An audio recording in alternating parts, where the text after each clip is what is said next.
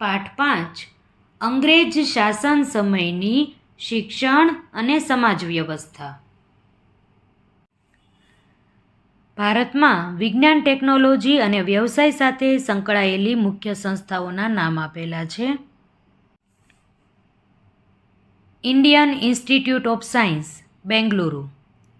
બોઝ સંશોધન કેન્દ્ર, કલકત્તા. જંગલ ખાતા સંશોધન કેન્દ્ર, દહેરાદૂન.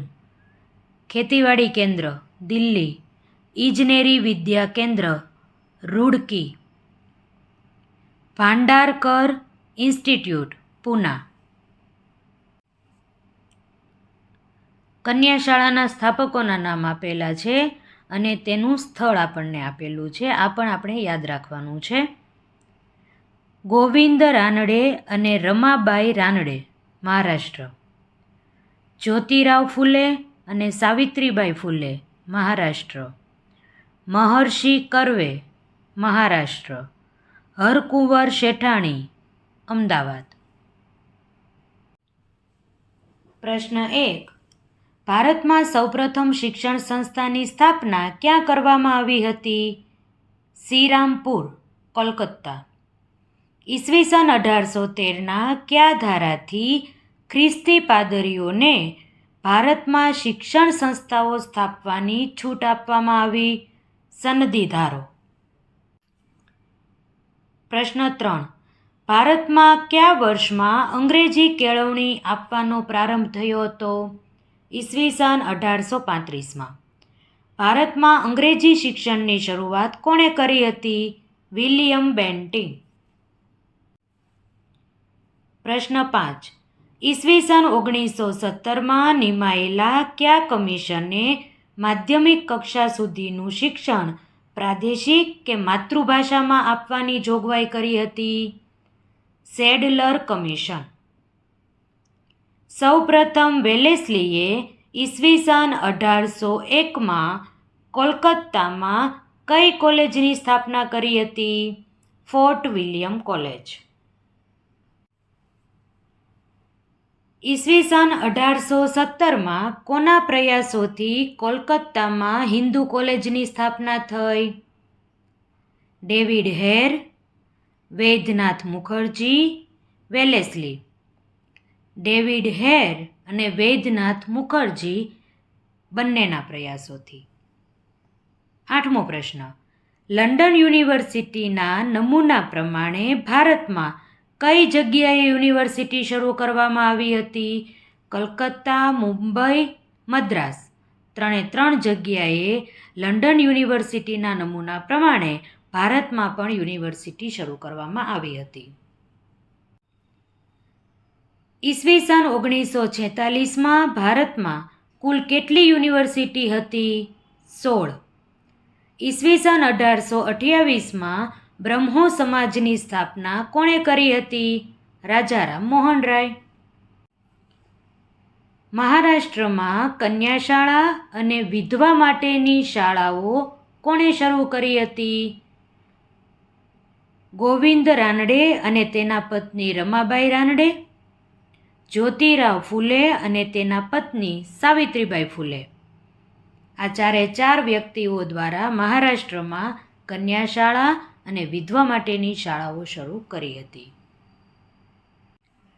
મહારાષ્ટ્રમાં મહર્ષિ કર્વેએ સ્ત્રીઓ માટે જે અલગ યુનિવર્સિટીની સ્થાપના કરી હતી તે આજે કયા નામે ઓળખાય છે?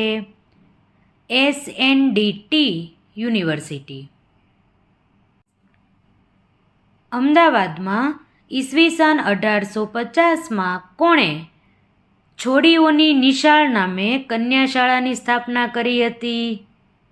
છોડી એટલે દીકરી. છોડીઓની નિશાળ કોણે શરૂ કરી હતી? હરકુંવર શેઠાણીએ. સ્વામી શ્રદ્ધાનંદે ઈસવીસન 1902માં કઈ ગુરુકુળની સ્થાપના કરી? કાંગડી ગુરુકુળ. ઈસવીસન 1901માં વડોદરાના કયા રાજાએ મફત, ફરજિયાત અને સાર્વત્રિક પ્રાથમિક શિક્ષણની જોગવાઈ કરી હતી? સયાજીરાવ ગાયકવાડે. ગોંડલના કયા રાજાએ કન્યાઓ માટે મફત, ફરજિયાત અને સાર્વત્રિક શિક્ષણની જોગવાઈ કરી હતી? ગોંડલના રાજા મહારાજા ભગવતસિંહજીએ. ઈસવીસન 1936માં ગાંધીએ કઈ યોજના શરૂ કરી હતી? વર્ધા શિક્ષણ યોજના. રવિન્દ્રનાથ ટાગોરે ઈસવીસન 1901માં કઈ સંસ્થાની સ્થાપના કરી હતી? શાંતિ નિકેતન.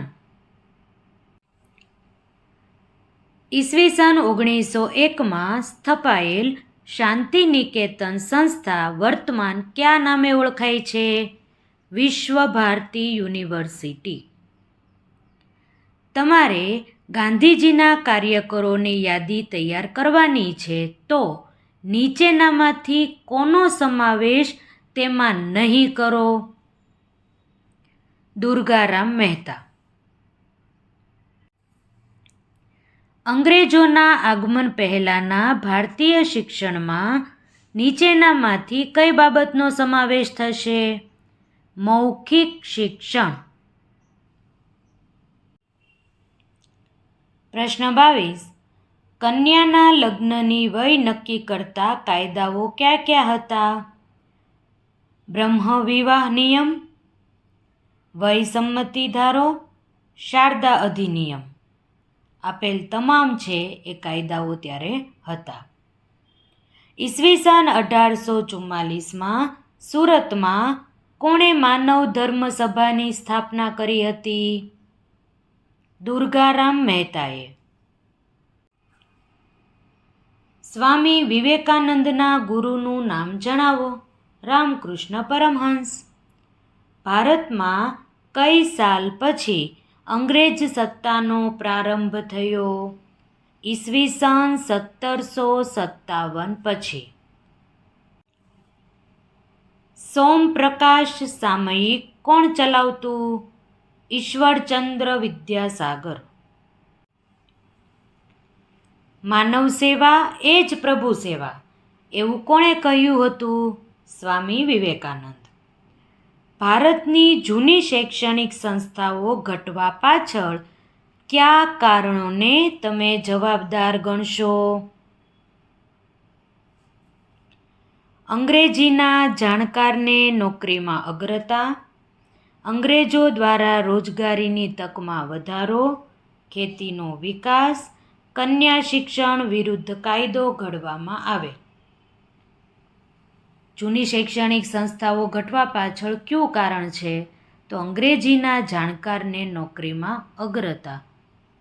આ કારણ છે એ જવાબદાર ગણાશે.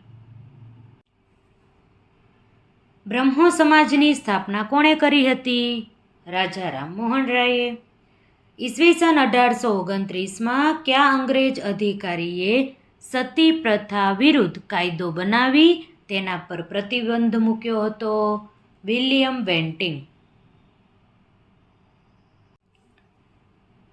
રવિન્દ્રનાથ ટાગોરને તેમની કઈ કૃતિ માટે નોબલ પારિતોષિક પ્રાપ્ત થયો હતો?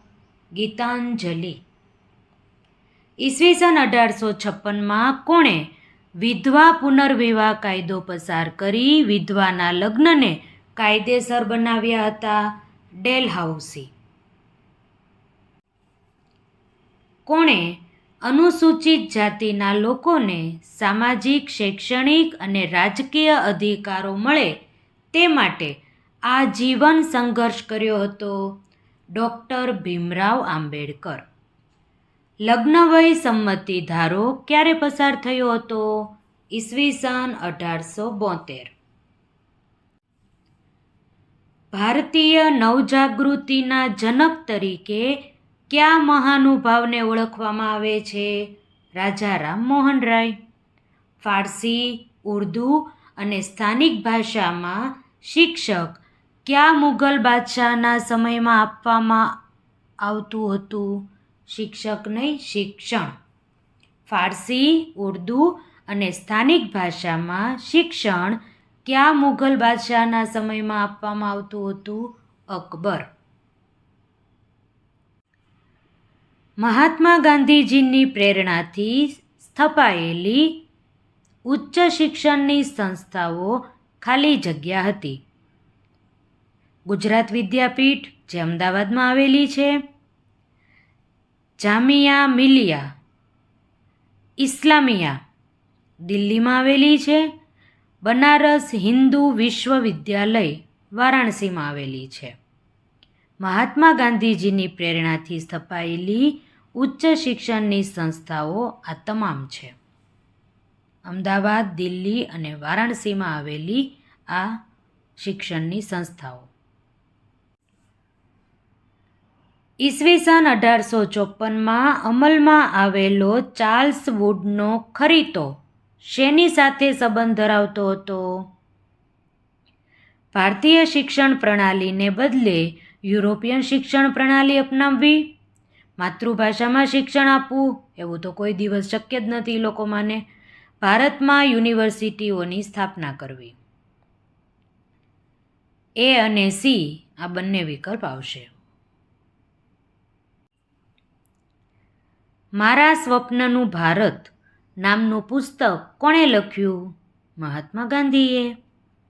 પહેલાં અન્ન પછી ધર્મ આવું કોણ માનતા હતા? સ્વામી વિવેકાનંદ. સ્વામી વિવેકાનંદનું મૂળ નામ જણાવો. નરેન્દ્રનાથ દત્ત.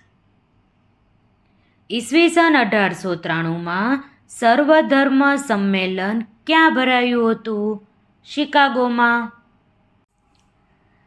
કયા ગુજરાતી લેખકે વિધવા સામે લગ્ન કરી દાખલો બેસાડ્યો હતો? નર્મદ. મહાત્મા ગાંધીએ કોના વડપણ હેઠળ શિક્ષણ સમિતિની રચના કરી હતી? ઝાકીર હુસૈન. યોગ્ય જોડ ગોઠવવાની છે. ઈસવીસન 1882 પંજાબ યુનિવર્સિટી. ઈસવીસન 1916 બનારસ હિન્દુ યુનિવર્સિટી. ઈસવીસન 1920 જામિયા મિલિયા. ઈસવીસન 1922 શાંતિનિકેતન વિશ્વ ભારતી યુનિવર્સિટી. કઈ યુનિવર્સિટીની સ્થાપના ક્યારે થઈ તે ખાસ યાદ રાખવી. યોગ્ય જોડ ગોઠવો. બોઝ સંશોધન કેન્દ્ર કલકત્તામાં આવેલું છે. ખેતીવાડી કેન્દ્ર દિલ્હીમાં. ઇજનેરી વિદ્યા રૂકડી. ભાંડારકર ઇન્સ્ટિટ્યૂટ પૂનામાં એટલે કે પુણે. 47મો પ્રશ્ન. નીચે પૈકી કઈ જોડ યોગ્ય છે?